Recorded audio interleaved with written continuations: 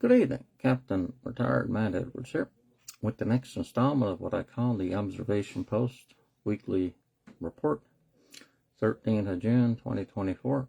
What I've been doing lately is I'm going to go through my post I made today and might ad-lib, wing it a bit, but I'm not really sure.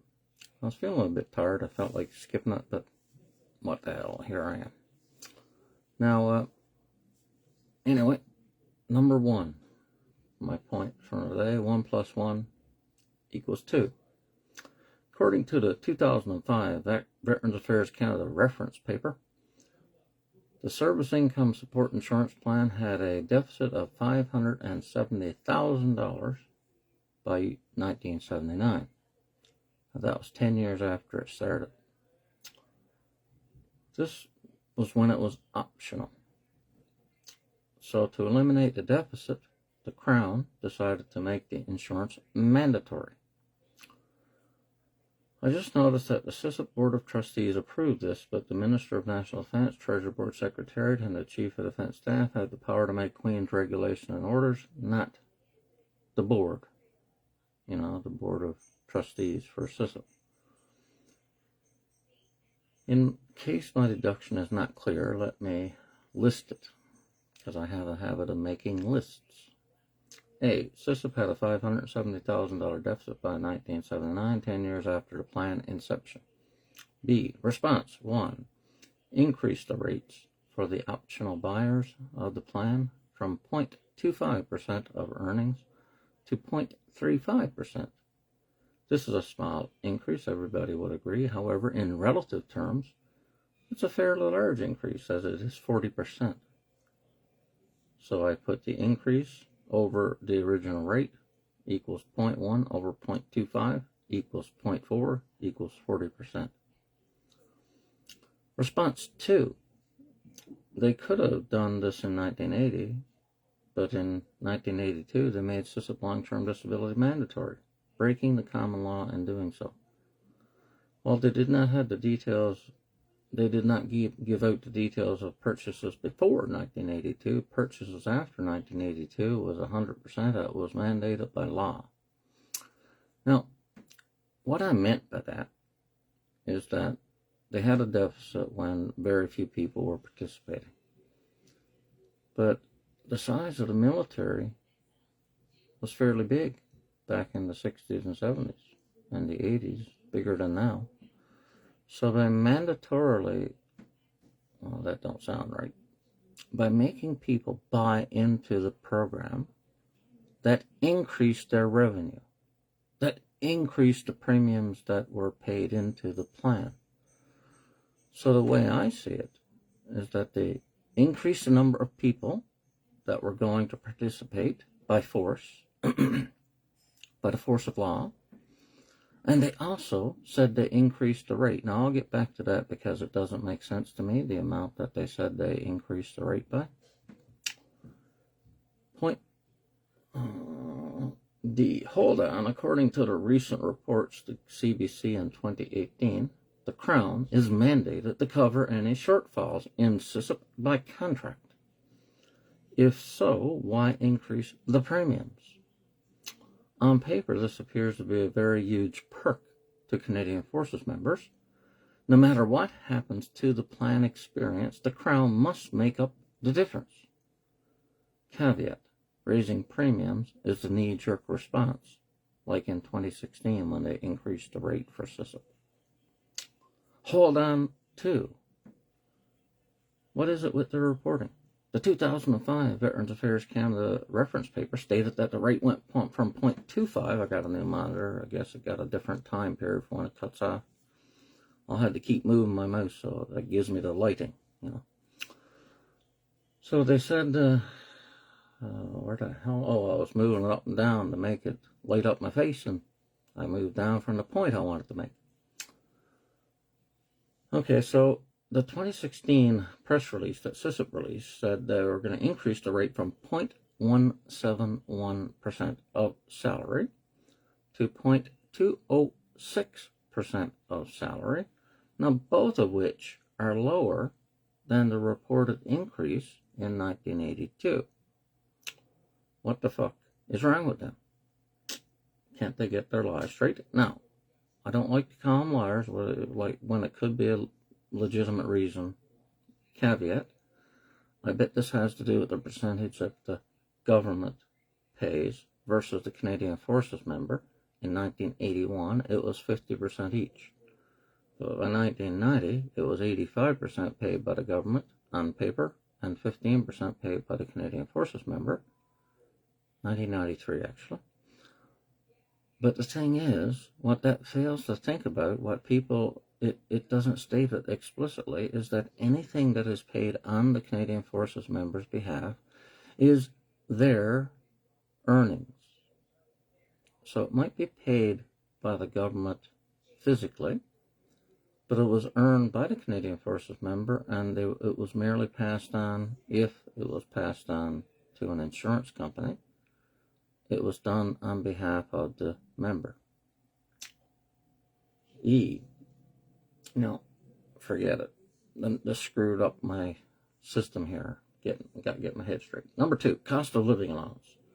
I'm almost sick of talking about cost of living allowance, but here I am going again.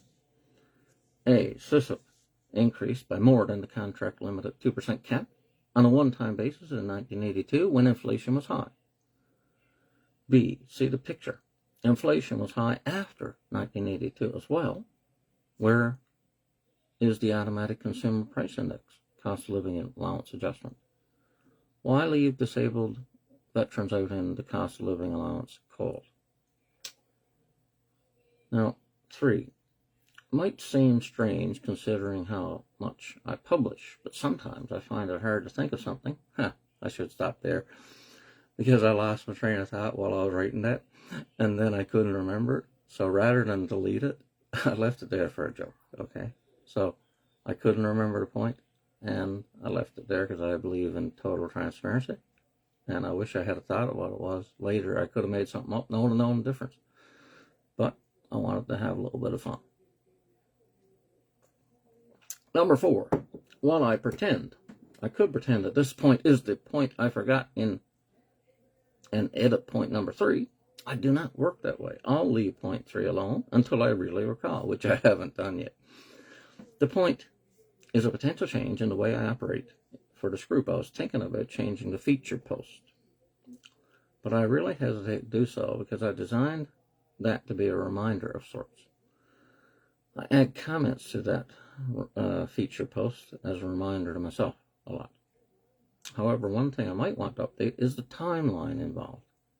So I might search the group and update that so it rises to the top, because it's a funny thing about posts in groups. The first one goes to the top, new one goes on top of that, and vice versa, and so on and so forth. But if you want to move something that you posted months, years before the post you made today, you make a comment and it rises up to the top, and that's what I sometimes do. Point number 5.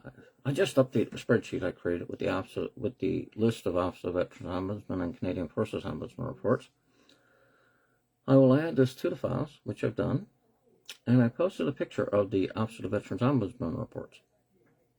I found creating lists for the Office of the Veterans Ombudsman to be a pain in the butt compared to the Canadian Forces Ombudsman because of the way the Office of the Veterans Ombudsman reports it online. So what it was when I posted, copied and pasted the stuff from the Canadian Forces Ombudsman, it went in nice and neat. I didn't have to do hardly anything. But when I put in the Veterans Ombudsman, I had to delete lines, rows, and I had to cut and paste the different column fields and put it into a format that I wanted, which took a lot longer. It wasn't hard, but it was harder. Saying I'm going to criticize him. I might as well, as I am quailing from it at the moment, review the Office of the Veterans Ombudsman from a critical standpoint. It is their fault that I am like this now, as they are not doing what they get paid to do. One major aspect of the Canadian Forces and the Veterans Ombudsman is to ensure accountability. They have both hands tied behind their backs, though. Their recommendations are not mandatory. I don't think I would want them to have that power, to be honest, because they don't seem to have a clue. Not until they prove that they're worthy of such a wide-ranging power to mandate a fix. Okay, I wouldn't want them to have that power. That's like when I work with customs, a lot of people wanted the customs officer to have guns. I didn't want customs officers to have guns because I don't think they know how to use them. Not the ones I knew. So, and it might not have been necessary in certain ports of entry, as you call it. Maybe on the border with the United States, but not in Gander, where I was posted, which was an airport town. B. That said, I have talked about the 2013 and the 2017 Office of the Veterans Ombudsman reports a fair bit. More so on the 2013 one. Let me review a few points that I think are very pertinent. So I put them in a list, but then down below I put some more too. Recommendation 1.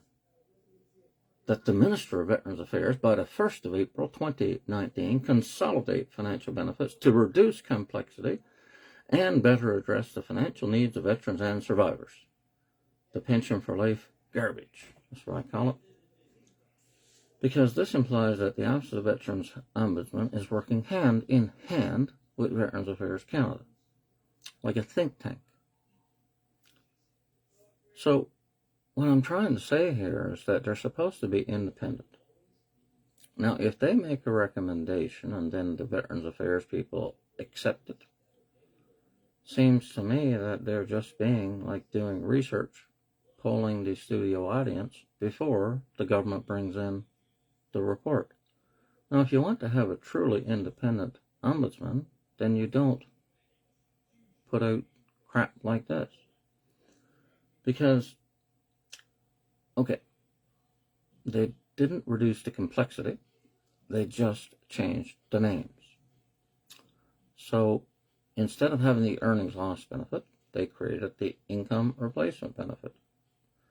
And instead of having the retirement income security benefit add to the income replacement benefit at the end of age 65, they decided that they were just going to call the retirement income security benefit part of the income replacement benefit, but that wasn't the way they were designed. They were designed at the original, at the beginning, at the Canada Gazette in 2006, they decided to save money by ending payments at age 65. Now, a lot of people kicked up a stink about that because it's true, it shouldn't have happened, because an injury that is permanent should have a permanent payment attached as compensation. But they decided to follow the SISIP model, and SISIP used to be a lifetime payment up until 1995. So from 1969 to 1995, it was a lifetime payment. But then I think that they might have been floating a trial balloon, and they decided to end it at age 65. They said it was to cut costs in the 2005 VAC Reference Paper. Now, I hesitate to use that even though I use it as gospel, because it's really a second-hand source. It's not an original piece of evidence. Somebody wrote that into a report for the government. But the fact of the matter is, it seems to me that they wanted to save money. They decided to end lifetime payments on SISIP. Then, when they were looking at replacing the Pension Act, they decided to replace it with a clone of SISIP. And SISIP ended at age 65, so the earnings loss benefit ended at age 65. Now, they also decided to put in a two-tier system where you would get earnings loss benefit, which is now called income replacement benefit. So I'll keep calling it IRB. So they decided you would get IRB for 2 years while you're in rehabilitation. But you wouldn't get it past 24 months unless you were totally and permanently incapacitated,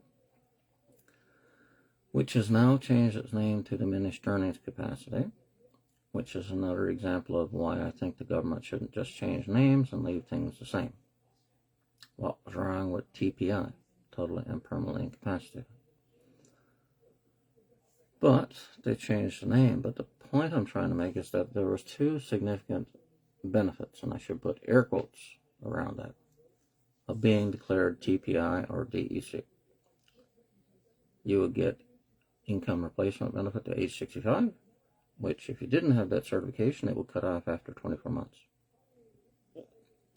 And you would get a supplemental payment called the Permanent Impairment Allowance, which was designed on paper to be paid for lost promotions and seniority. Seniority is payments within the rank, and moving from one rank to another is a promotion. Now, if someone gets hurt early in their career in the military, you're going to lose promotions and seniority. So the Permanent Impairment Allowance was an excellent idea. It was a great idea, but not implemented properly, because the government treated it just like the Exceptional Incapacity Allowance under the Pension Act. And in order to get the Exceptional Incapacity Allowance, you had to be 98% or higher on the table of disabilities to get it. Now, they decided to loosen the restrictions a bit and to use 78% to give out the Permanent Impairment Allowance. But it has nothing to do with the level of disability. The definition in law said that you were considered to be totally and permanently incapacitated if you could not earn 66.667% of your original salary when you were released. So they had mixed messages. They wanted to pay it out like SISIP, who has a definition of totally disabled, that's 66.67% of your old salary, but they called it totally and permanently incapacitated. But then some people were operating as if it was like the Exceptional Incapacity Allowance, and they brought in this stupid 78% rule, which had no support in law. So, when I kept going, I put in the second point here, as I was surprised, frankly.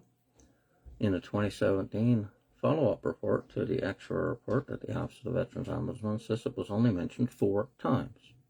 In the 2013 report, it was mentioned over 100 times.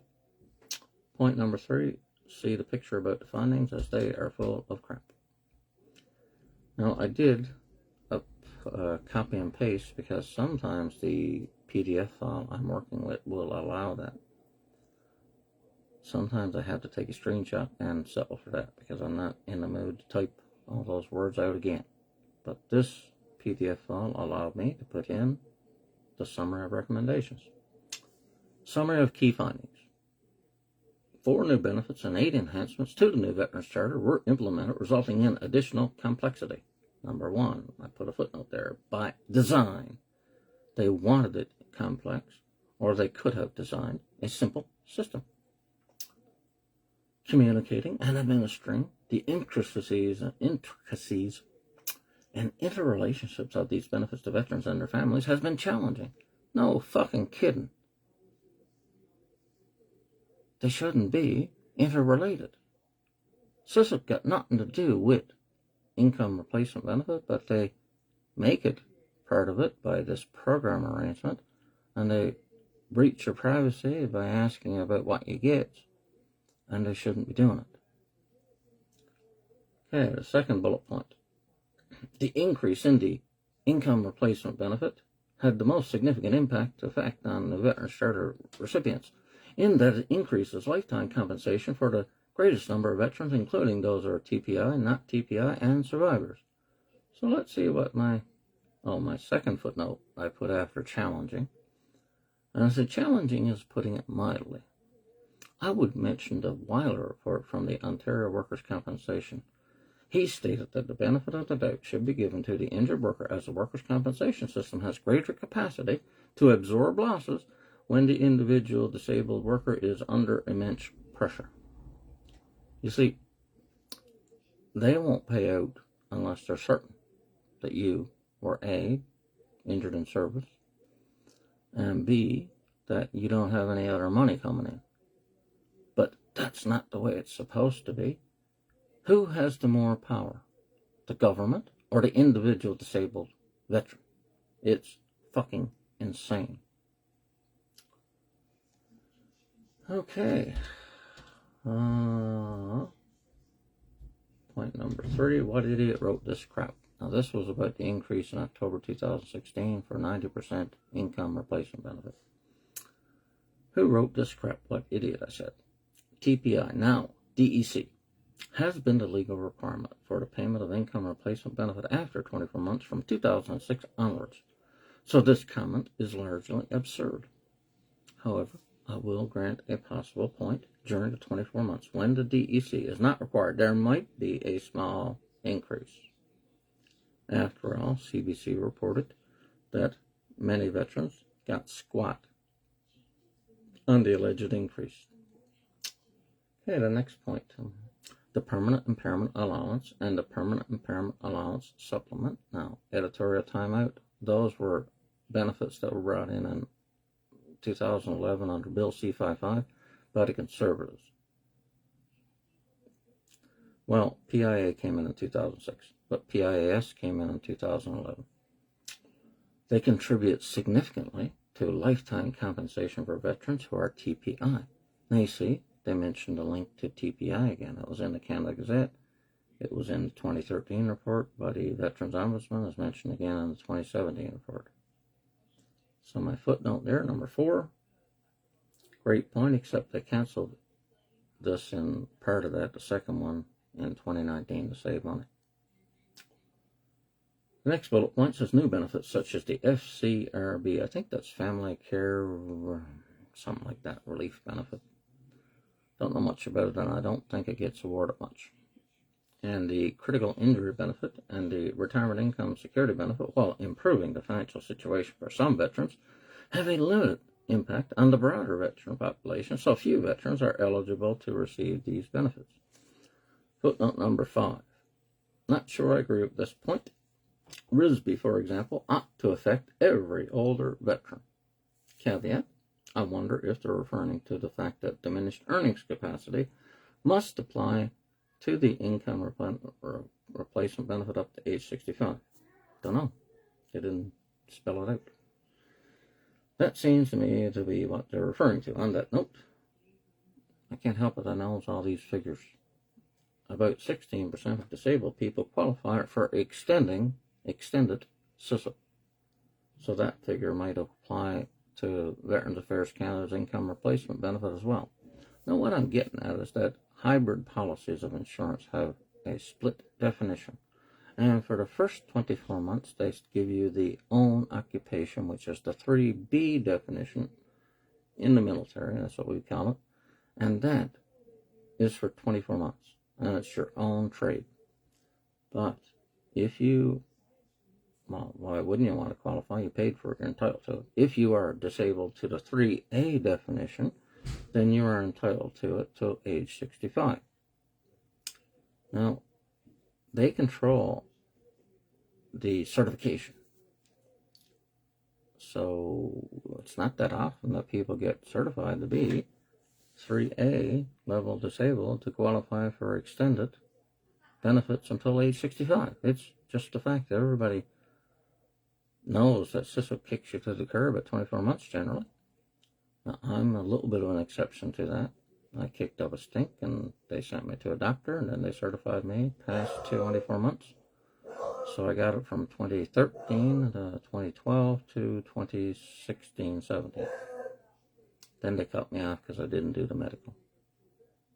I refused to cooperate.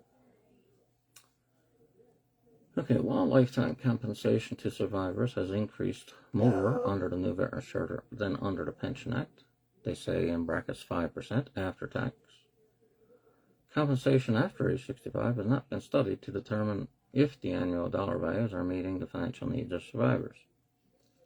Number 7, needs again, for fuck's sake. It is very clear to me that the author or authors of this report haven't got a clue. They clearly use both welfare terminologies with compensation terminologies. These are not at all related. Welfare is charity. Compensation is the right to be repaid a debt owed to you because of an injury. Now, there's a big difference between someone giving you a handout and someone paying you back for what harm they did to you. Okay, the next point. Let me wet my whistle here. Both lifetime and annual compensation totals are important. I beg to differ. When you receive the compensation is as important as how much you receive. Now, I agree with that point.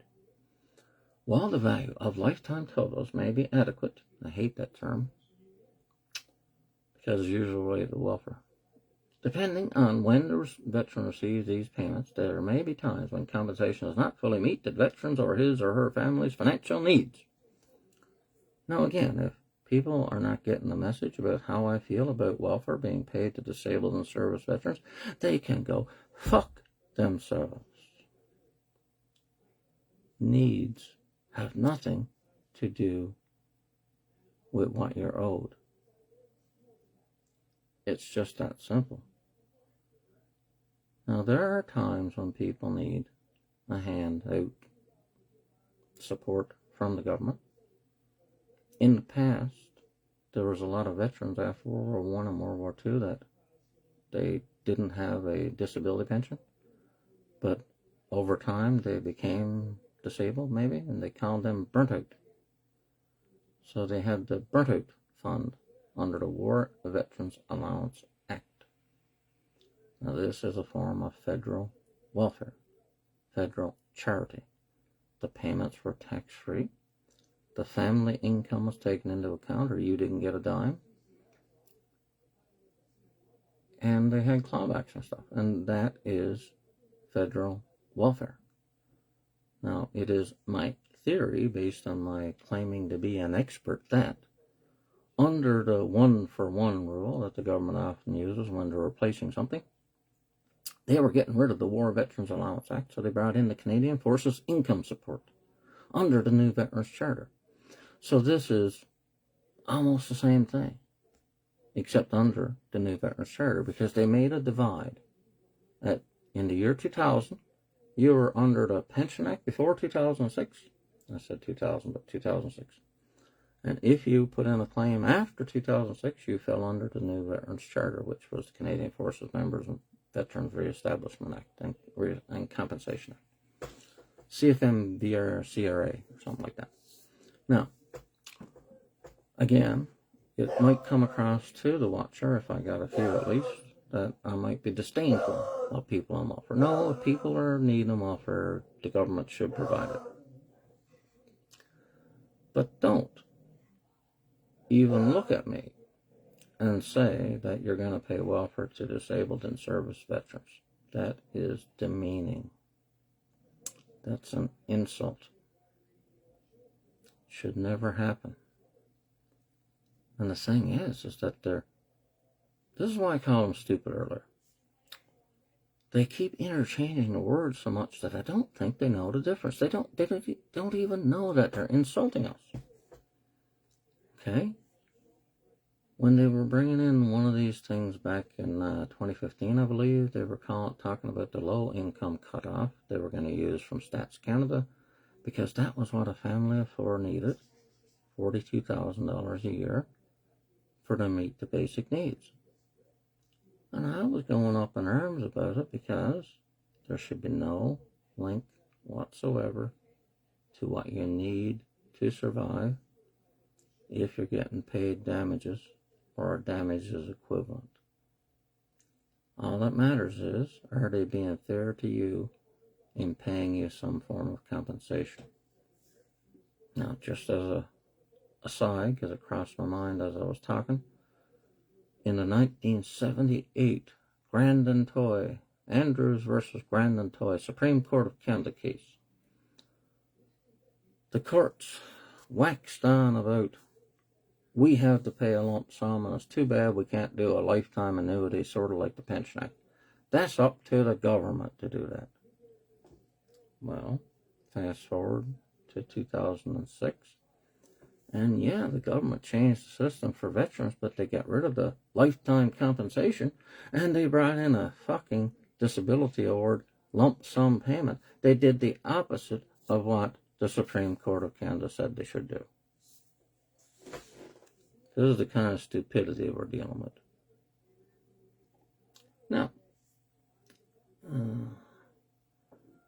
I don't think I'm going to mention this one because I kind of lost my train of thought on it. It was about the King versus Richardson. Now, I thought Richardson was a soldier, but the soldier was Second Lieutenant MacDonald. And a guy got hit by a car or something. And then the government lost his services in the war, World War II. And they sued the person who hit him. Now, let me skim through some of the pictures now, and I'll tell you why I put them there. Okay, so this is from the Veterans Affairs Canada 2005 reference paper. And they said, in May 1980, Mercer. Now, Mercer is a company that is still, to this day, doing reports up on the SISIP program. So this is 44 years later. And they got a sweetheart deal, don't they? Mercer advised the Board of Trustees that the long-term disability premium rate should be increased to protect the financial solvency of the long-term disability plan. During its 10-year history, the long-term disability benefit had experienced an overall deficit of $570,000. Now, I already mentioned that when I was talking about the points when I had written. But here's something I didn't put in there. During my research, I have discovered that generally speaking, there is a 16% premium profit. Okay? So insurance companies, whatever premium they charge, they expect to make about 16% on the premium. So how did they end up in the hole?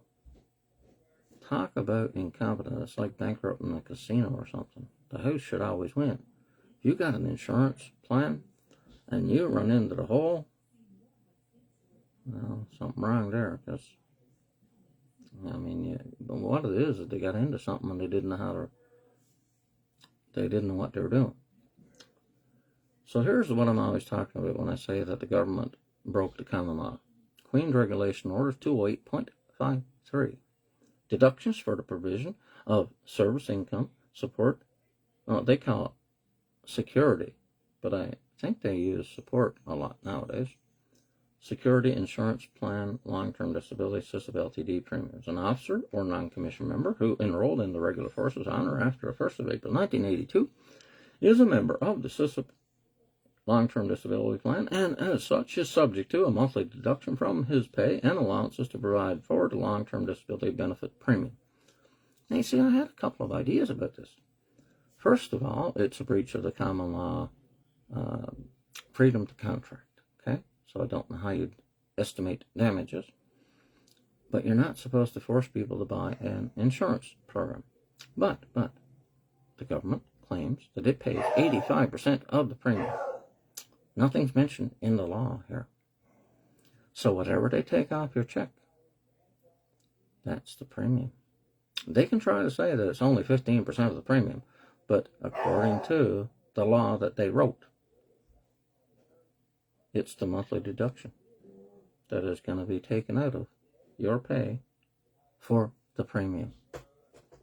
I think it's a perfectly good argument. Now, people might be looking at me and saying, who cares? Well, it affects the taxability. If you pay 100% of the premium of a long-term disability plan and then you become disabled, you get tax-free payments. But if your employer pays any part of the premium, then you have to pay taxes. That's the way the system is currently set up. Now, the next one is that thing about the long-term disability rate increase. It was in 2016, and I'm not going to bother with that, but I will go over the next picture. I put in a picture of the cost of living allowance because I have this thing about spreadsheets. Okay, I like numbers, and I do a lot of research, and I plug the numbers that I get from something in narrative, and I put them into a spreadsheet because I like the way it looks. So, from 1976, a date that I chose because that was when the Pension Act clawback started under the SISIP class action lawsuit. I chose 1976 as the first year there was a 9.4% inflation. 1977, it was 8.6. 1978, 9.7. Now, to remind people, SISIP has a 2% cap on the cost of living. So every one of those years, if you were on the SISIP program, you were going further in the hole. So it came out to a 5.73% average from 1976 to 1992. Now, SISIP only paid 2%.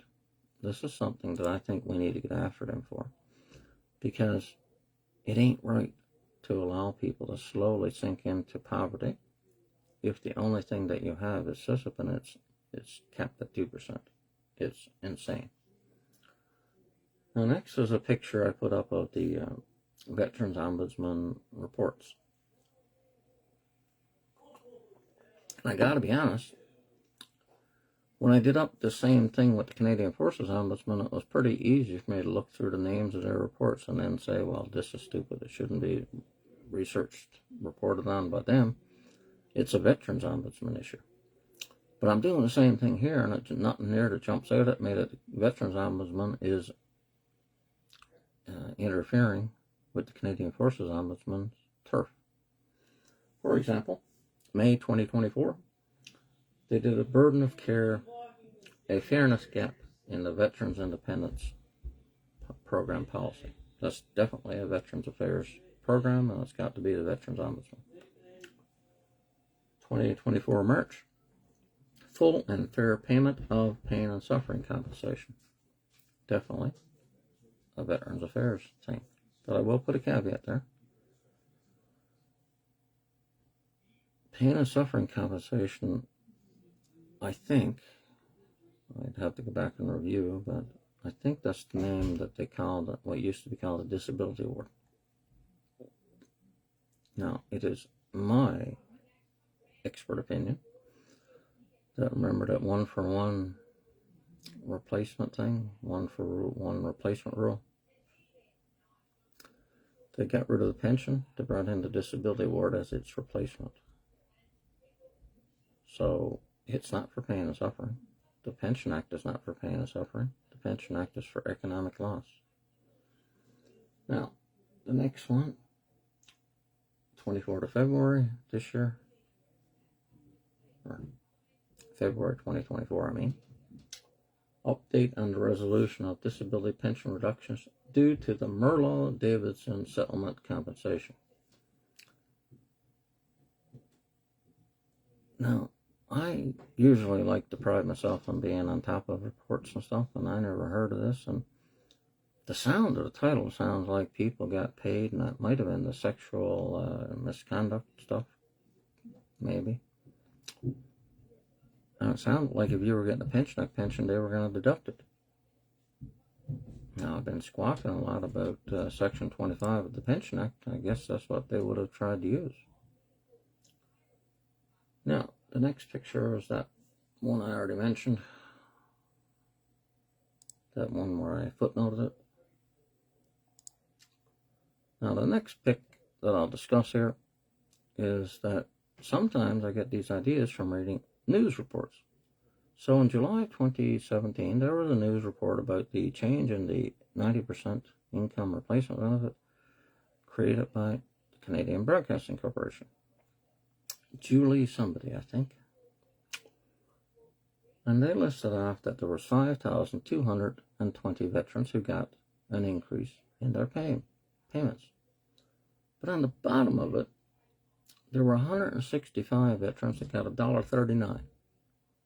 There was 28 people who got between $3 and $24. Now, this is frankly absurd. If you're going to make a major increase and move from 75 to 90%, how did they come up with those figures? As an example, and I've used this before, excuse me if I'm boring you with the details, Corporal Tommy Anderson, retired, got blown up by a mine in Croatia in 1992, I believe. So in 1994, he was medically released, and he doesn't get a Canadian Forces Disablement Pension. He doesn't get the Canada Pension Plan. He didn't contribute enough to either to get him. So the only thing he gets is a Service Income Support Insurance Plan, the Pension Act, and the income replacement benefit after they changed the rate from 75 to 90%. When they were both at 75%, Veterans Affairs didn't pay him squat under the income replacement benefit. But after they changed the rate, they sent him $3, I think. But he was talking to me at the time because I was working on his tax issues. And he said, Matt, tell me, can you tell me how much I should expect to get from this new change? I said, well, by how much you get in SISIP? $4,000, he said.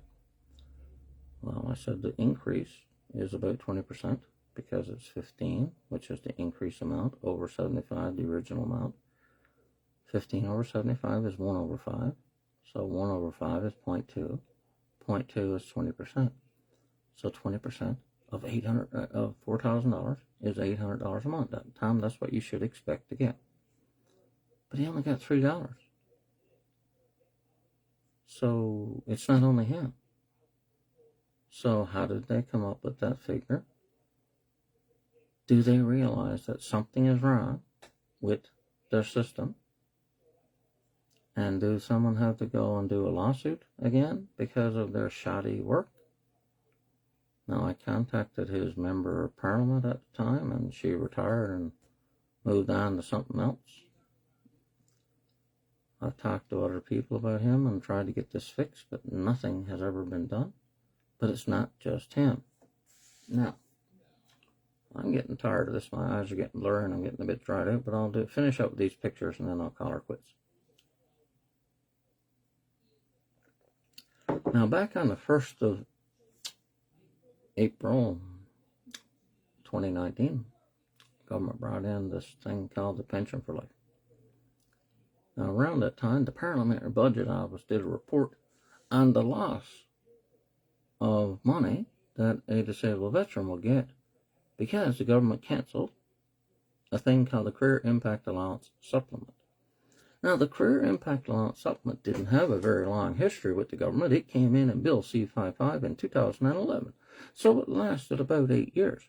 So the Conservative government decided, when pressure was put on them about not paying veterans enough, they decided, like, hey guys, we're going to pay an additional supplement in addition to the original permanent impairment allowance. We're going to add a permanent impairment allowance supplement.